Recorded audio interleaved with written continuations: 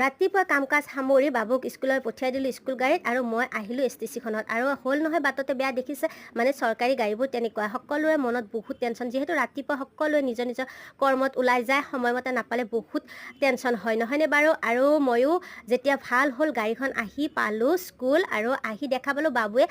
একদম ঠাইত বহি আছে মানে মোতকৈ যিহেতু আগতে আহিছে সি ধুনীয়াকৈ বহি আছে আৰু আমি ৰ'লোঁ ইয়াত পৰীক্ষা শেষ হোৱালৈকে আৰু পৰীক্ষা যেতিয়া শেষ হ'ল বাবুক ল'লোঁ আৰু লৈ মিলি আহি পালোঁ এয়া ষ্টেচন মানে আজি যাম মাৰ ঘৰত আৰু আজি ইয়াত ৰাতি থাকিম কিয় থাকিম আপোনালোকক পিছত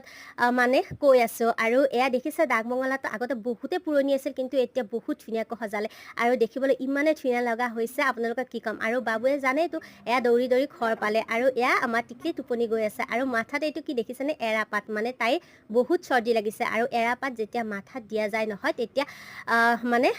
দেহৰ প্ৰায় পানী শুহি লয় আৰু চৰ্দিটো কমি যায় আৰু এয়া আমাৰ মায়ে কৰে আৰু আগতে আমাৰ বাবুকো এনেকৈ দিছিল আৰু এয়া আহি পালোঁ আবেলিকৈ ভণ্টিৰ ঘৰখন আৰু ঘৰখন আহি পাই মোৰ বহুতেই দুখ লাগিছিল কিয় জানেনে সকলোৰে চকুত চকুলো আৰু দেখিছে সকলোৱে ভণ্টিক এনেদৰে মানে বিদায় দিবলৈ আহিছে আৰু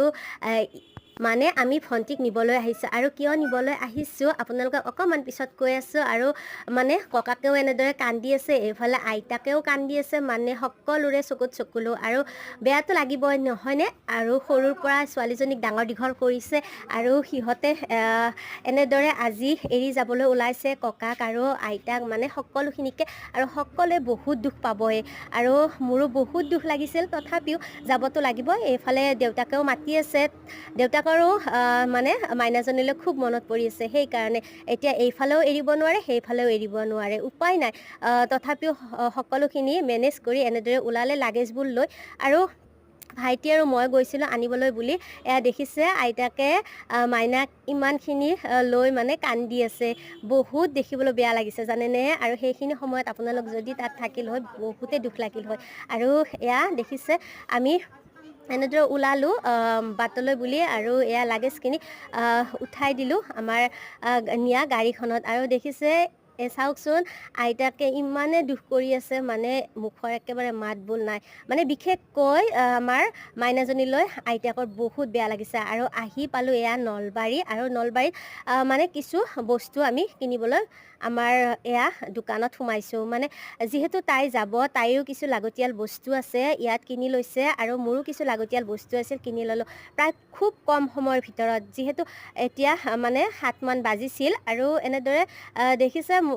মাইনাই মানে ইফাল সিফাল কৰি আছে এইফালে চেণ্ডেল খুলি দি একেবাৰে বহিয়ে লৈছে তাৰপিছত আহি পালোঁ আমাৰ ঘৰখন আৰু ঘৰত আহিয়ে আৰু এনেদৰে গ'লোঁ দোকানলৈ দোকানতো এনেদৰে বস্তুখিনি